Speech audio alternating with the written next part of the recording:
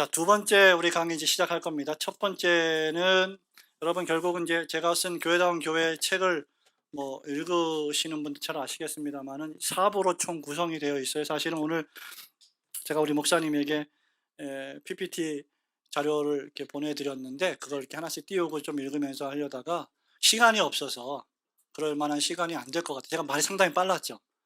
그래서 시간이 안 될 것 같아서 그냥 진행했고요. 필요하시면 그것은 우리 이지상 목사님 계시면 우리 회원들한테 그냥 무료로 보내주시면 뭐 좋을 것 같습니다. 그냥 카드 뉴스예요. 22장 카드 뉴스인데 각 장별로 한 구절씩 좋은 구절을 이렇게 요약해 놓은 카드 뉴스입니다. 4부로 구성되어 있는데 오늘 오전에 우리가 공부할 내용들은 2부까지입니다. 교회다운 교회를 제가 집필을 할 때 목적 가운데 하나가 우리 후배 목사들, 후배 목회자들을 위해서 썼어요. 선배 목회를 제 선배들도 있습니다만 선배 목회 하시는 분들 뿐만 아니라 목회를 하면서 겪는 여러 가지 시행착오들, 어려움들, 난관들, 벌어지는 일들, 이것이 나만 겪는 일이 아니다. 우리 모두가 다 겪는 일이다라는 것도 공감하고 싶고, 또 그럼에도 불구하고 우리는 꿋꿋이 이 성경적 교회의 정신을 구현해 가야 된다. 여러분들이 목회할 때는 이런 시행착오를 겪지 말고 성경적으로 교회를 세워나갔으면 좋겠다는 목적으로 썼어요. 그래서 책을 읽어본 박지영 교수가 뭐 추천도 했습니다만은 이렇게 뭐 활어가 막 팔팔 뛰듯이 그 안에 생생한 예화가 있다. 표현을 어떻게 그렇게 하는지. 근데 고통스러운 예화들이에요. 활어가 팔팔 뛰어서 뭐 먹고 싶은 횟감이 아니라 고통스러운 사건들입니다. 그런 것들을 다 쓴 이유는 우리 후배 목회자들이 이런 일들이 있을 때 어떻게 대처하는 것이 좋을지를 생각해서 쓴 거예요. 그래서 교회의 정의, 직분, 예배, 삶까지 나아가고요. 이 책이 2년 전 5월 달인가 출간이 됐는데요. 너무 감사하게도 4쇄를 찍었고, 제가 이 책을 좀 대형 출판사에게 좀 줄 마음이 있었는데, 또 우리 후배 출판사 운영하는 개인 1인 출판사, 개혁주의 신학을 추구하는 출판사 대표가 그걸 보고 달라 그래서 그냥 줬어요. 그런데도 4쇄를 찍었습니다. 그래서 5쇄도 조만간에 나올 것 같은데, 그 5쇄 나올 때는 좀 리커버리 에디션으로 조금 수정 보완하고 좀 더 몇 장을 좀 더 추가해서 5쇄 한정으로 리커버리 에디션을 좀 쓸 마음이 있습니다. 어쨌든 오늘은 직분까지만 살펴볼 겁니다. 자, 하나님이 보시는 이 눈에 보이지 않는 천상교회가 우리가 눈에 보는 이 지상교회와 긴밀하게 연결되어 있어서요. 매 주일마다 우리는 지상에서 예배를 드리지만 이 예배는 사실 천상에 있는 천상의 회원들과 함께 드리는 예배라는 생각을 해야 됩니다.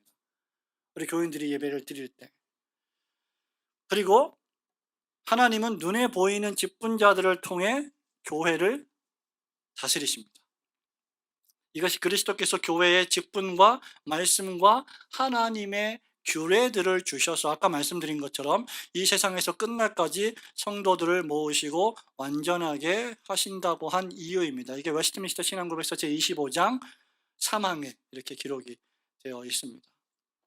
자, 그리스도께서 다스리는 영적 질서는 목사와 장로와 집사라는 직분자들을 통해서 구현됩니다.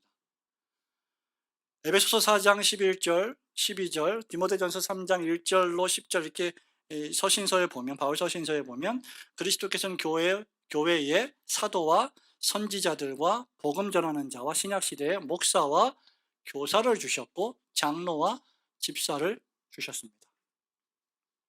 여집사가 존재하느냐 성경적으로, 권사가 성경적이냐 이런 문제는 지금 다루지 않겠습니다.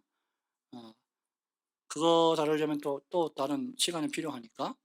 어쨌든 하나님은 직분자들을 주셨다, 교회. 그러니까 이런 방식으로 하나님이 교회를 돌아보시며 교회를 다스리시기로 작정하셨다. 그러므로 직분자가 없는 교회는 존재하지 않습니다. 엄밀히 말하면. 직분자가 있어야 돼요. 장로교회인데 장로가 없다? 그래서 우리는 그런 교회를 무슨 교회라고 불러요? 법적으로? 잘 아시네요. 얼마나 강의하기 좋은지 몰라요. 미조직 교회예요. 예, 교회는 교회인데 성경적으로 보자면 교회는 교회이지만 유형교회, 정치적으로 볼 때는 조직이 안 된 교회, 치료회가 없는 교회라는 거죠. 그래서 교회 목회를 20년 했고 교인이 1000명이에요. 근데 장로가 한 명도 없다? 뭔가 심각하게 문제가 있는 거예요. 그런 교회가 실제 있습니다. 직분자가 없는 교회는 상상할 수 없습니다. 몇 년 전에 어떤 목사님이 저한테 이런 말을 했어요. 목사님, 교회 개척하셨잖아요. 어떻습니까? 힘든데 보람이 있습니다. 목사님, 절대로 장로를 세우지 마세요. 장로를 세우면 골치 아픕니다. 혹시 여기 장로님 계십니까? 강의 들으시는 전남 지역에서 어떤 교회는 뭐 한꺼번에 모여서 지금 강의를 들으신다는데 장로님 계십니까? 그 왜 그러냐 그랬더니 장로님이 너무 자기를 힘들게 한대요. 근데 이 장로님이 누구냐면 자기 작은아버지야.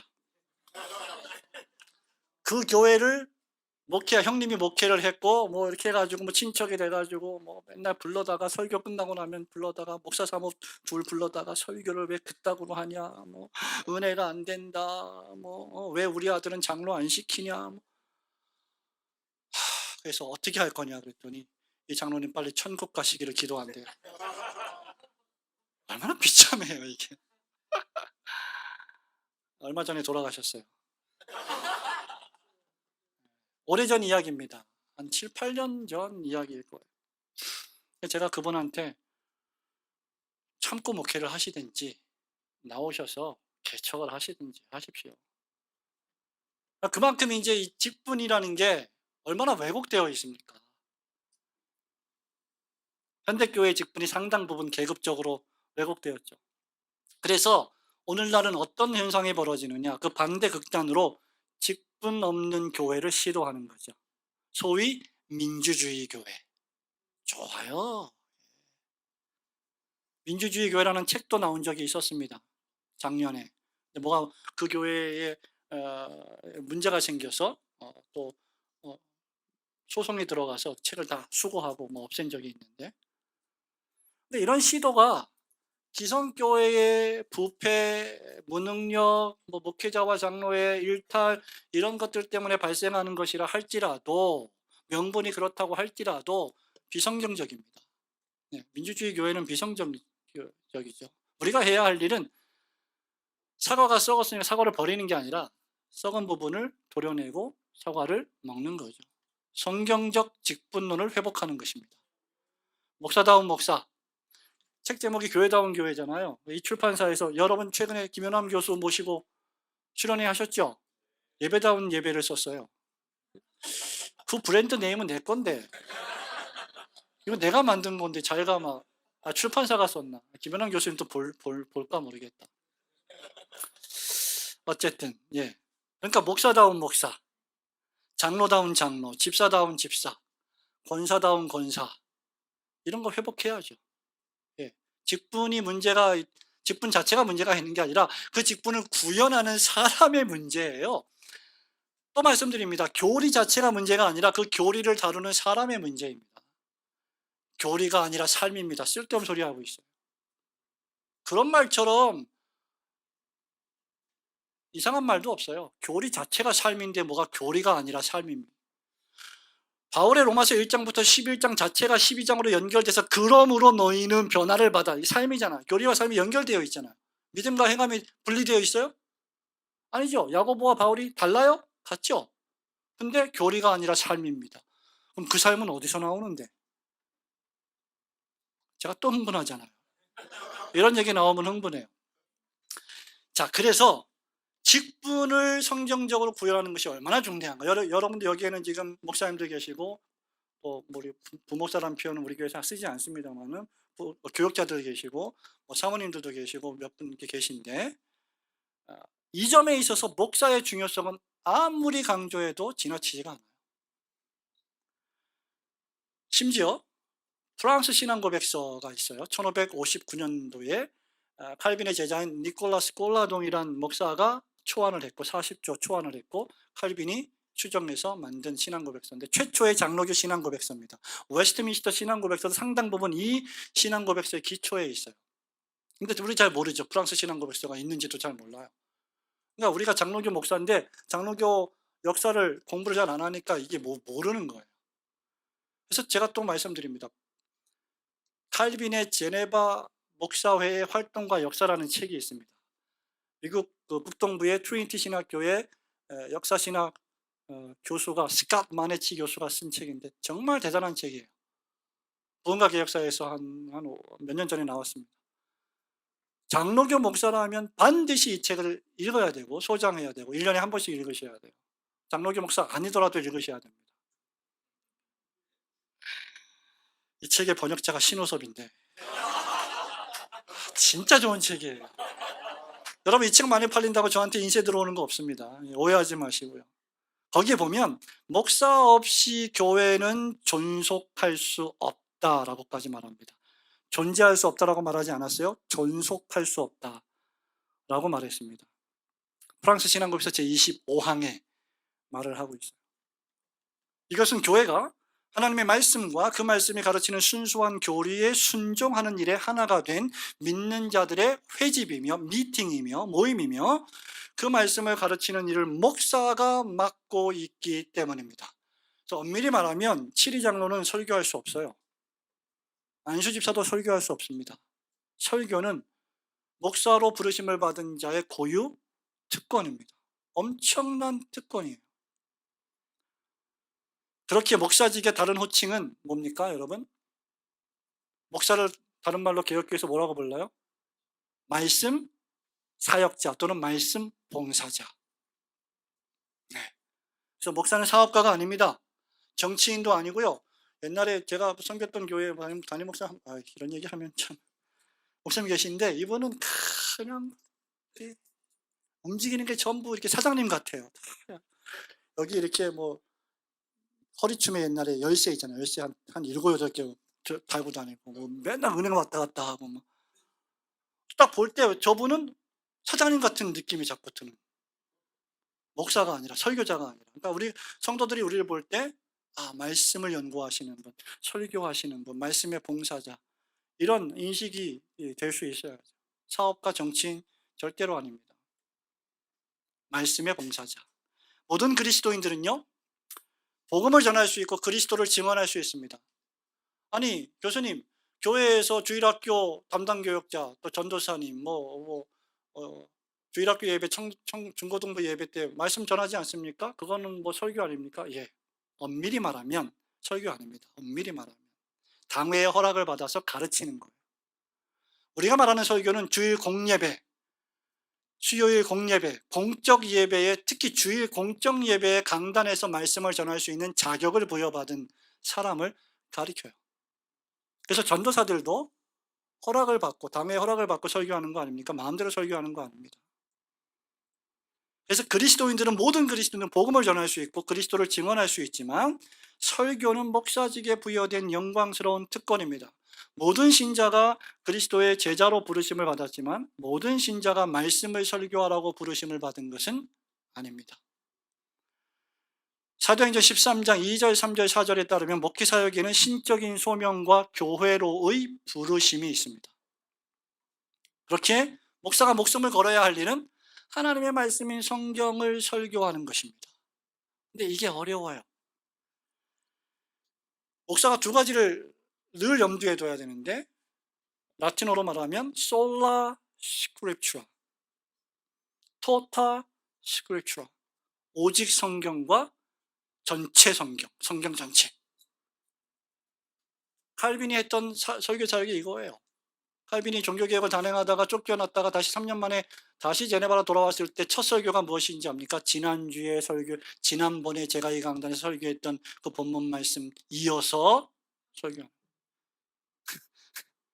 내가 다시 돌아와서 기쁩니다. 나는 정말로 하나님의 인정을 받은 사역자입니다. 뭐 이런 얘기한 게 아니라 성경을 설교한 거예요. 그러니까 여러분, 목사가 전체 성경 창세기부터 요한계시록까지, 여러분 목회의 과거의 시간들을 돌아보십시오. 어디까지 얼만큼 여러분 설교하셨습니까?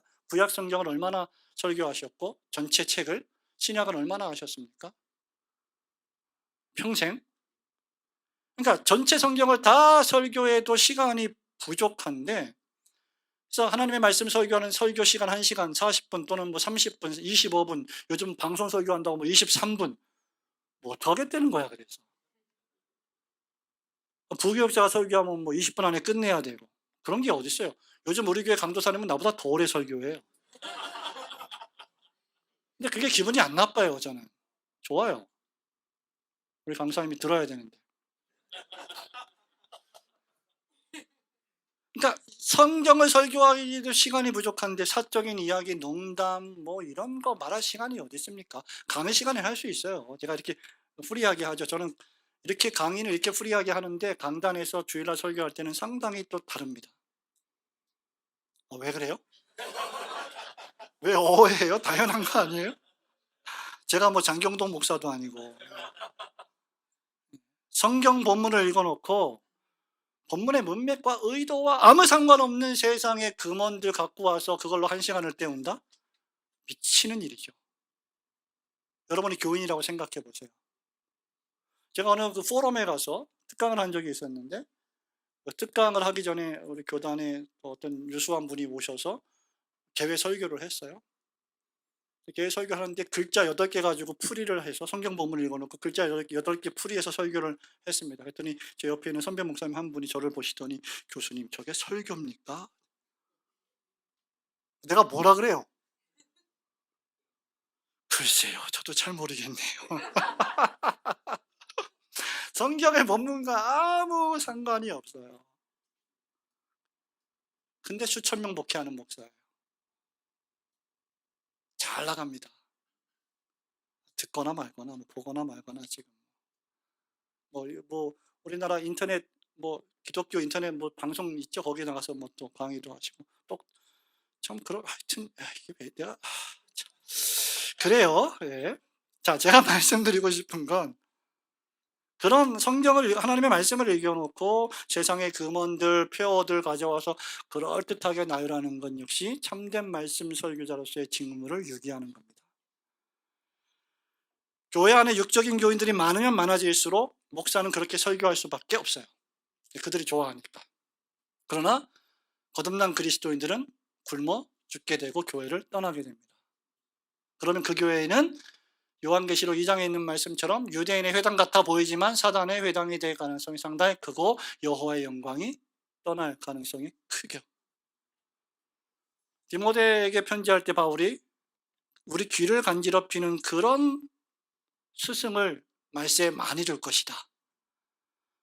그런 설교 아닌 설교 같은 설교를 좋아하겠지만, 정말 진정으로 거듭난 그리스도인들은 하나님의 참된 말씀의 설교를 듣고 싶어 합니다.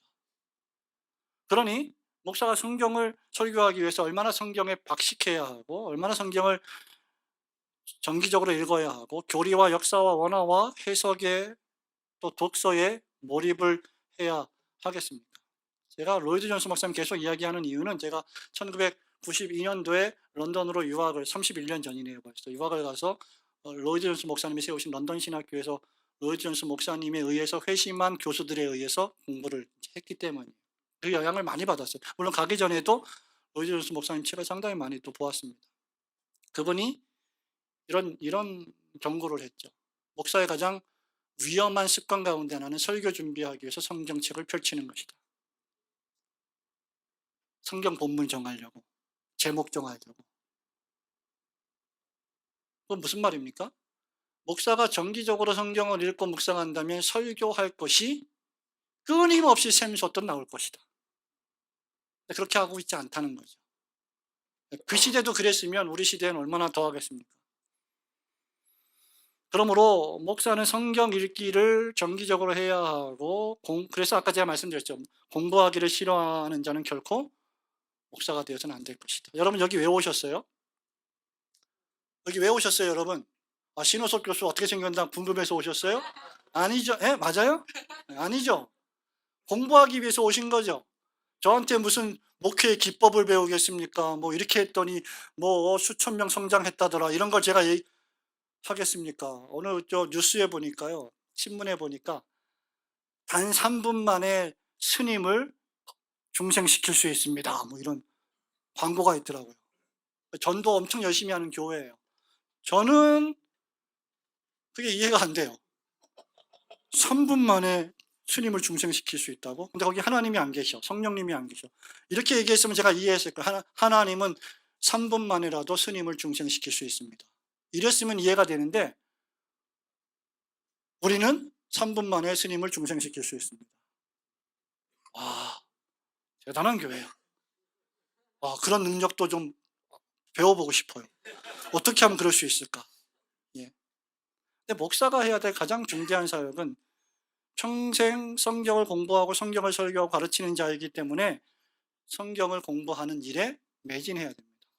여러분이 여기 오신 이유도 저는 이 찬송 좋아하는 Tell me the old story 그 찬송 있죠. 주 예수 크신 사랑들 말해주시오.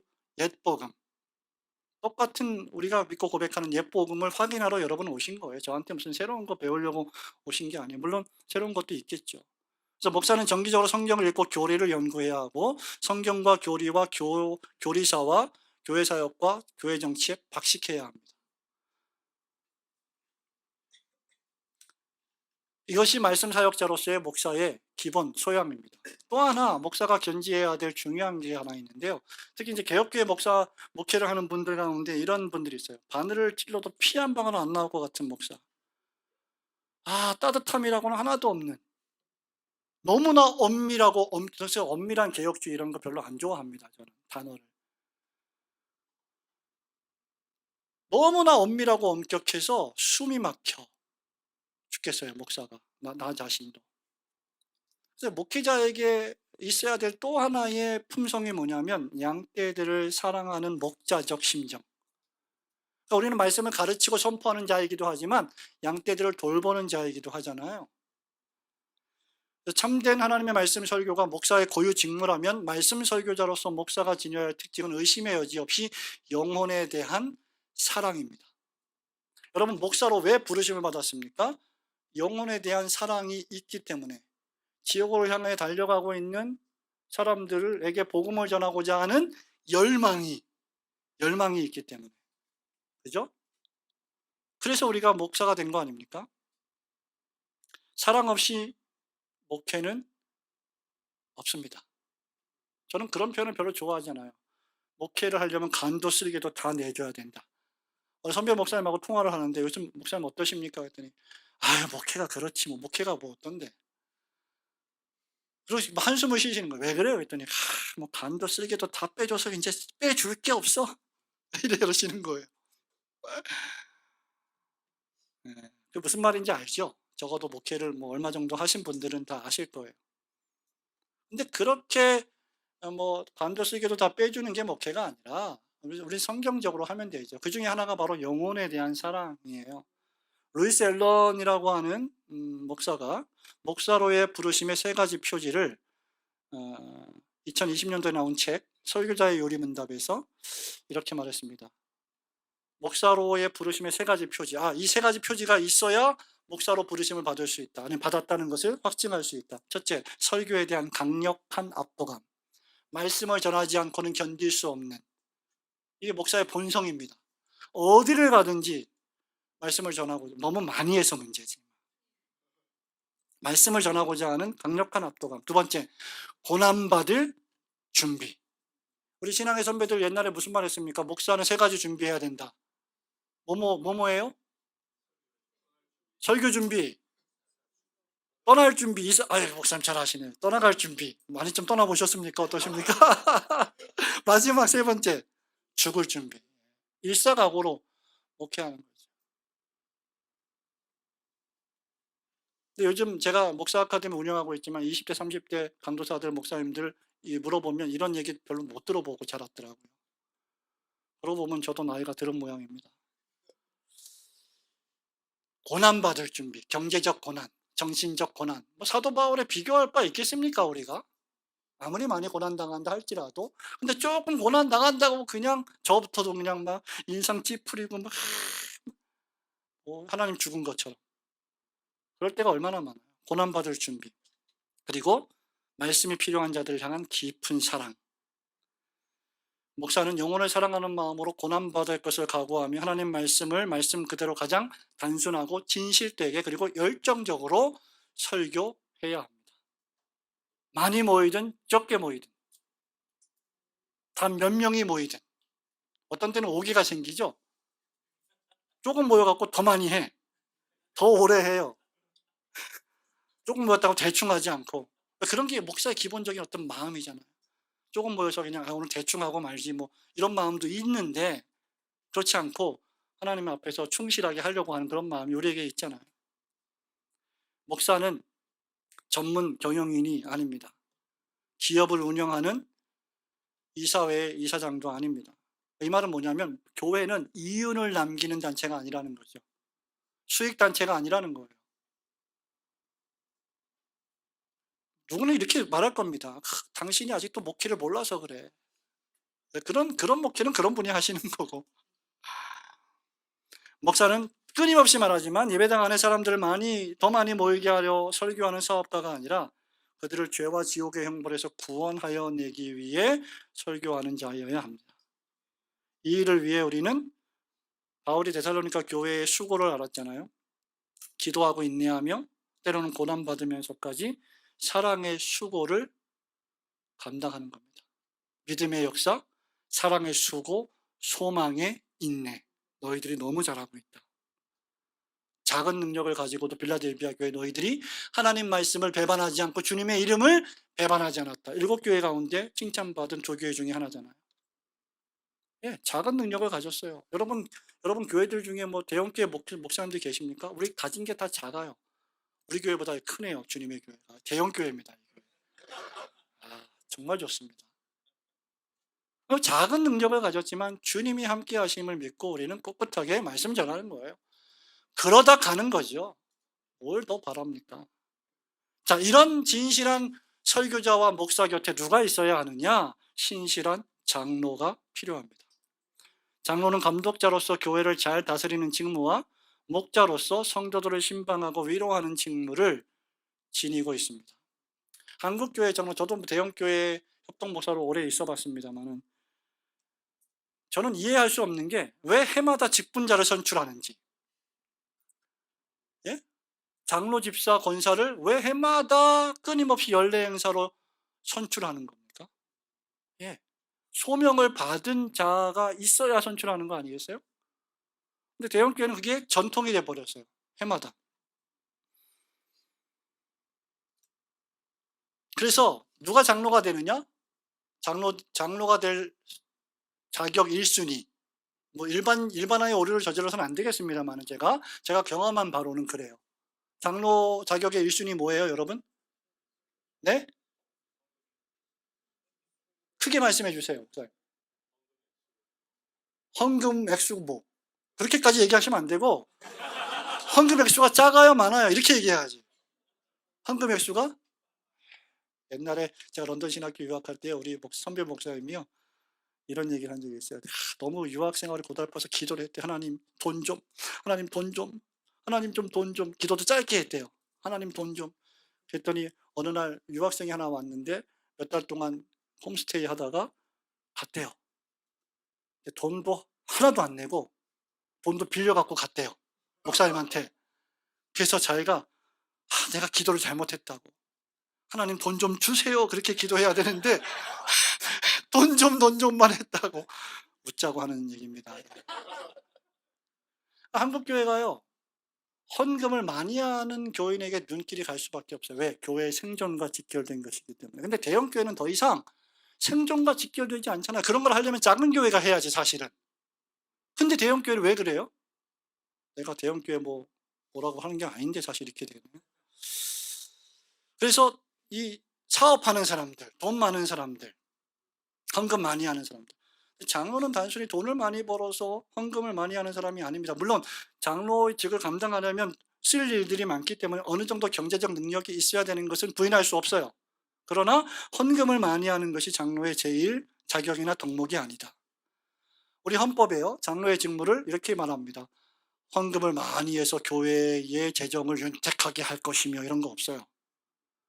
교인을 신방하고 위로하고 교훈하는 일이다 라고 적시하고 있습니다. 이뤄볼 때 오늘 장로교회 장로들은 장로교 헌법과 얼마나 동떨어져 있습니까? 오늘날 교회에서의 그 신방의 교인 신방은 누구의 전유물이 되었어요? 부목사들. 우리 부목사들 불쌍해요. 담임 목사는 신방 안 하고 한 달에 한 번 정도 그냥 신방하고 뭐 1년에 한 번 정도 하고 그것도 전체 연합 신방하고 부목사들은 아침부터 저녁까지 7가정, 8가정, 9가정 신방합니다. 교구를 돌아봐야 되니까. 신방하는 기계입니까? 밤 10시, 11시에 들어가서 또 애 보고 그러다가 이제 다 자면 1시, 2시에 이제 설교 준비하고 4시 반에 일어나서 차량 운행하고 그러다 죽는 거예요. 아프고 병들고. 왜 이런 짓을 합니까? 또 흥분하잖아요. 목사와 교역자들과 여전도사들의 고유 직무가 되어버렸어요. 근데 원래는 장로들이 해야 됩니다. 장로들조차 교인 신방은 목사의 전유물이지 자신들이 할 일이 아니라고 생각합니다. 더 나아가서 우리가 그런 성가시고 골치 아픈 일을 하라고 목사를 청빙한 거 아니냐, 당신이 하라, 월급 받지 않냐, 이렇게 생각하는 장로들이 있습니다. 장로님들 혹시 여기 강의 듣고 계시는 분들이 계시면 잘 생각해 보시기 바랍니다. 사실 장로는 사례를 받는 교훈 장로, 목사도 장로잖아요. 말씀을 가르치는 교훈 장로, 목사만큼이나 교회 목양을 위해서 분주해야 할 사람입니다. 목사가 성경적으로 말씀과 기도에 전무하며 장로는 교인들을 돌아보고 그 신방의 결과를 목사에게 알리며 함께 기도한다면 그런 교회는 얼마나 아름답습니까? 이런 장로는 재력이 상당하다고, 이 교회를 함께 개척했다고, 신앙 경력이 오래되었다고, 단순히 나이가 많다고 나 장로 시켜주시오 할 수 없단 말입니다. 목사는 그렇게 장로를 시켜서도 안 된다는 거죠. 교수님, 그게 현실적으로 가능하겠습니까? 뭐 현실적으로 가능하지 않으면 어떡할 거예요? 성경대로 해야죠. 가능해서 합니까? 장로의 직무가 교회를 치리하고 성도들을 돌아보는 중요한 일이기 때문에 장로 역시 상당한 신학적 지식을 갖추어야 합니다. 구약성경, 신약성경, 개혁과 신조에 대한 상당한 이해, 교회 정치, 시험 보잖아요. 그래서 노예에서 권징, 예배모범 포함한 장로교 헌법을 어느 정도 알아야 됩니다. 그래야 교회를 성경적으로 치리할 수 있을 것이기 때문입니다. 그러므로 평생 돈만 벌었던 분이 장로를 한다? 그거 어떻게 될까요? 그 교회는 나중에 평생 돈 버는 장로님의 연륜과 경험에 의해서 문제가 벌어질 가능성이 상당히 큽니다.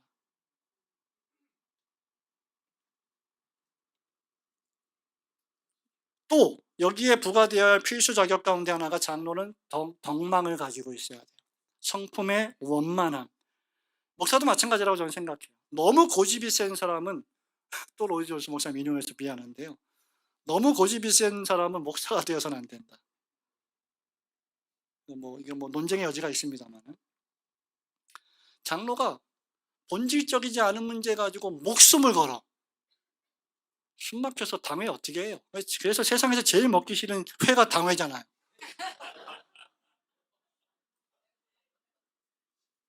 그런 우스갯소리를 목사들이 하잖아요. 아무리 나이가 많건 적건 당회는 힘든 일입니다. 왜 그렇게 되었을까?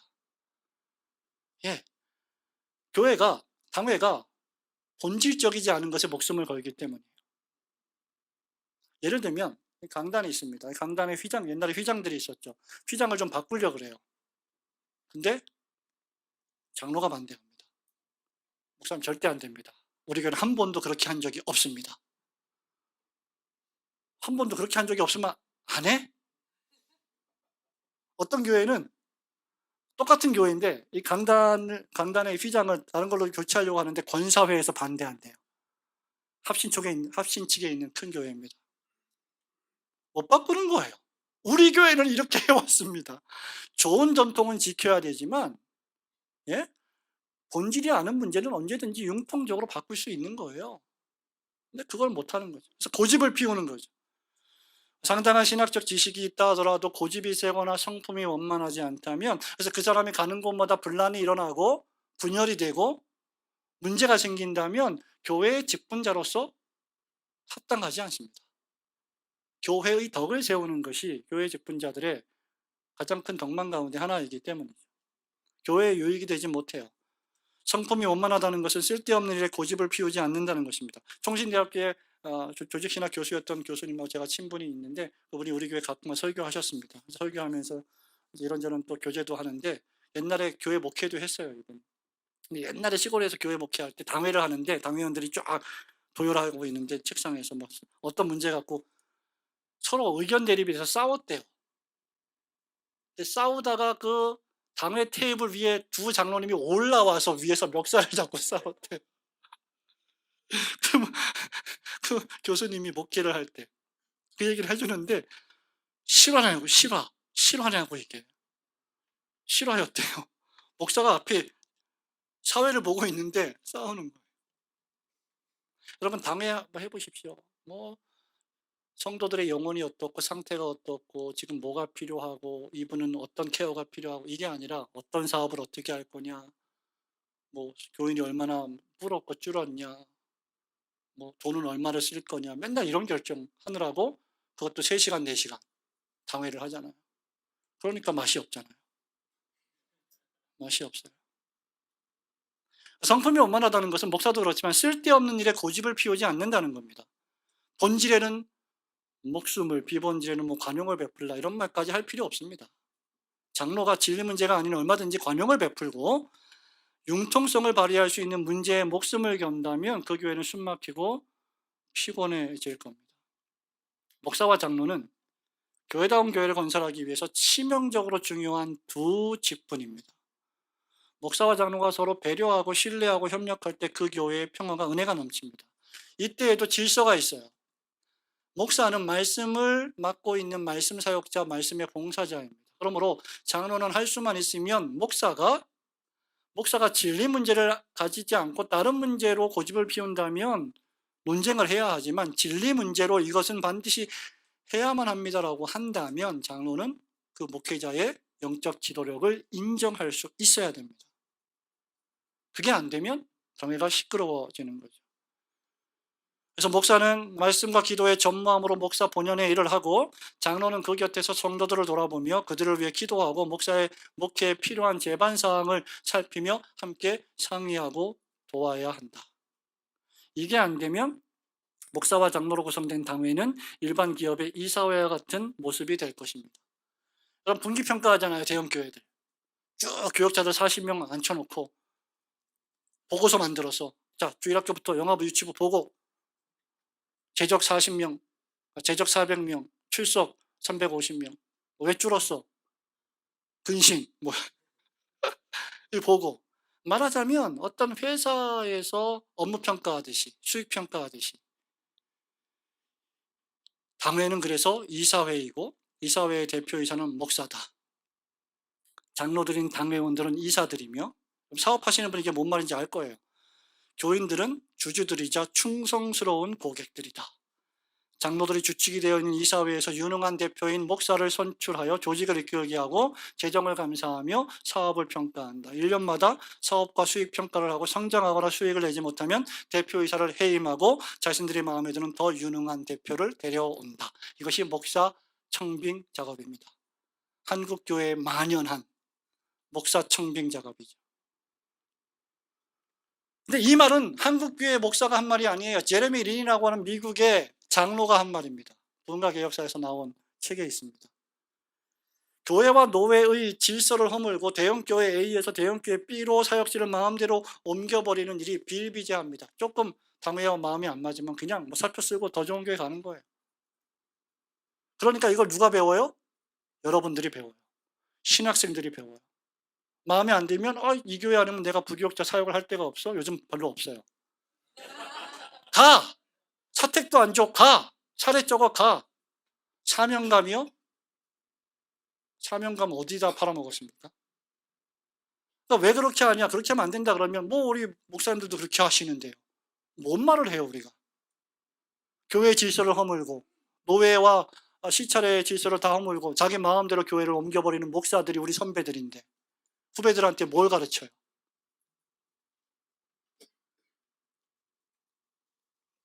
장로의 직무와 사역은 정치적 현안에 대한 결의나 성장 프로그램에 대한 수익성이나 회의 그 자체에 있지 않고 목양의 대상인 성도에게 있어야 합니다.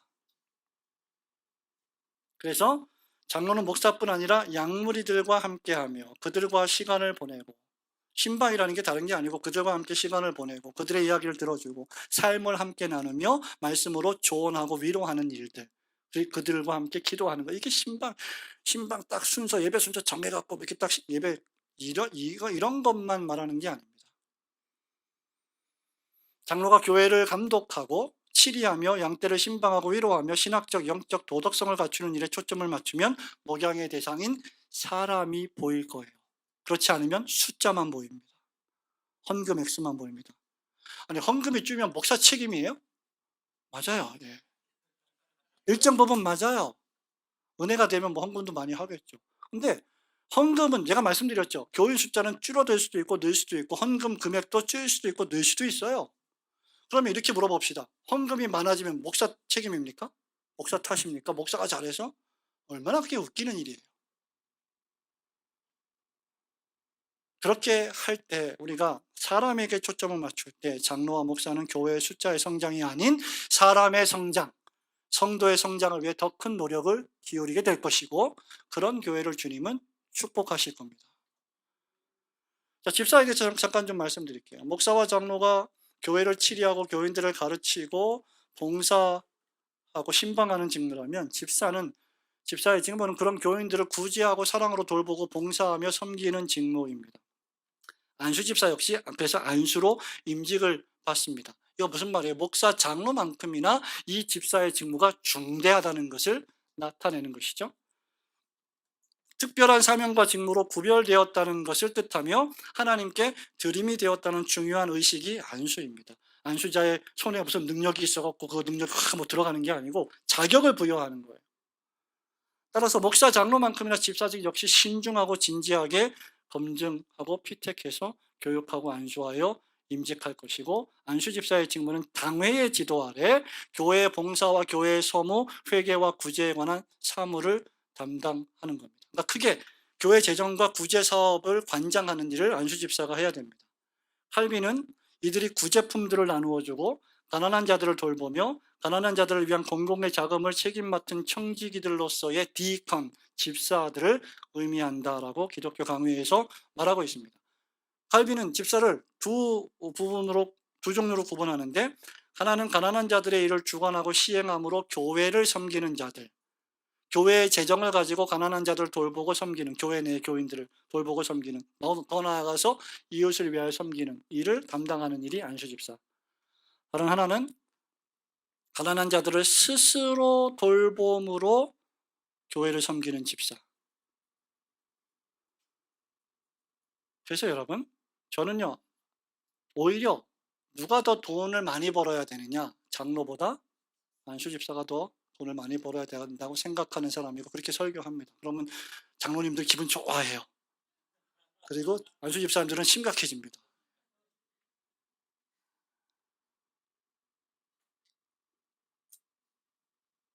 집사가 되려거나 이미 집사가 된 자는 공적으로는 교회의 소무와 재정 관리를 위해 성실하게 봉사해야 하며, 개인적으로는 본인 스스로 섬기고 구제하고 베풀고 대접하는 일을 즐거움 가운데 솔선수범해야 합니다.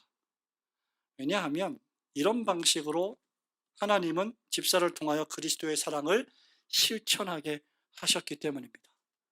네덜란드 개혁교회는 심하게 말하면 이렇게까지 얘기해요. 그리스도의 삼중직 가운데 제사장 직무를 누가 한다? 안수집사가 한다. 이렇게까지 말을 합니다. 사랑을 실천하는 거죠. 집사는 말씀을 설교하거나 가르칠 권한이 없지만 구제를 통해 그리스도의 사랑과 자비를 실천할 권한을 지닙니다. 여러분 교회에, 저는 또 이렇게 말씀드리는데, 여러분 교회에 주일마다 누가 가장 먼저 오십니까? 주일날 예배 준비하기 위해서? 아무도 안 오십니까?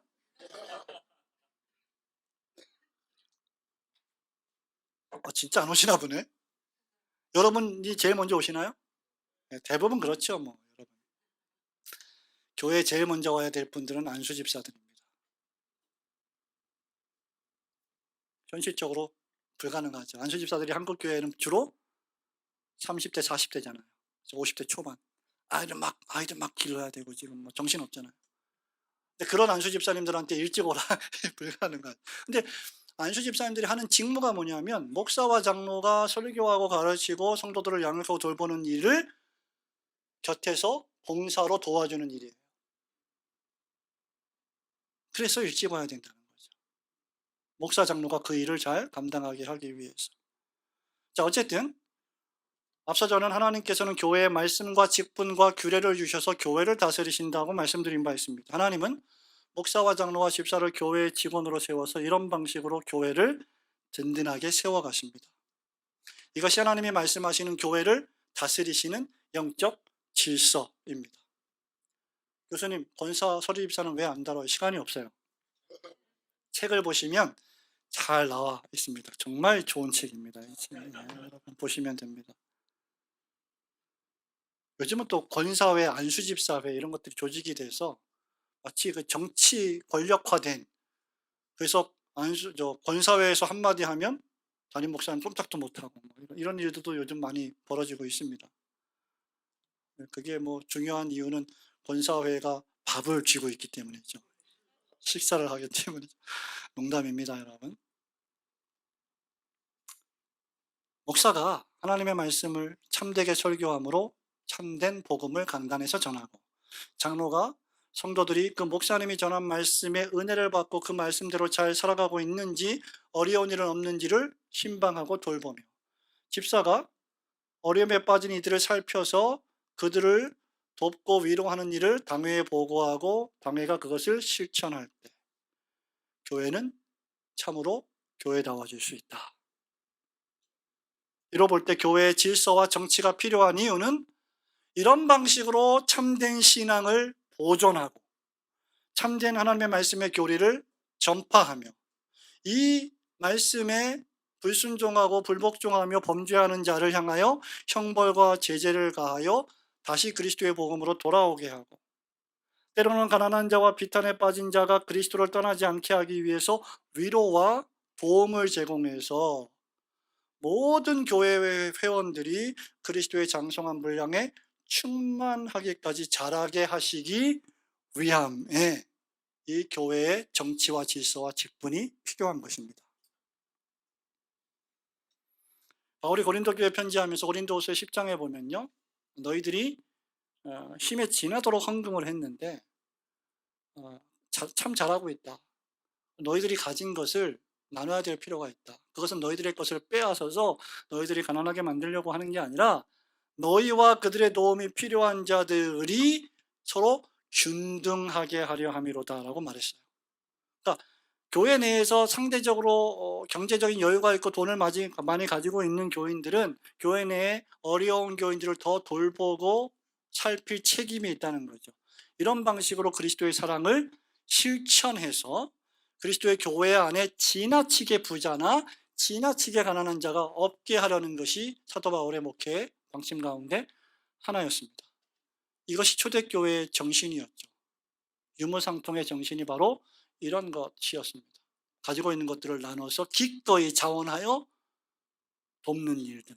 이런 일들은 목회자가 하나님 말씀의 복음을 잘 설교하고 장로가 그 성도들을 잘 신방하고 돌보며 집사들이 그것을 잘 실천할 때 이루어질 수 있습니다.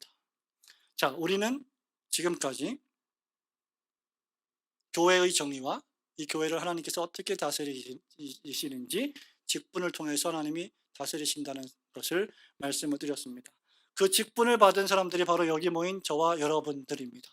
목사와 장로와 집사라고 하는 엄청난 영광스러운 직분을 주셨으니 이 부르심에 합당하게 행하며 주님이 오실 때까지 우리에게 맡겨주신 이 복음 전파의 사명, 설교의 사명, 가르치는 사명에 충성하시는 우리 모두가 되시기를 주님의 이름으로 부탁을 드립니다. 네, 감사합니다. 이상 강의를 마치겠습니다.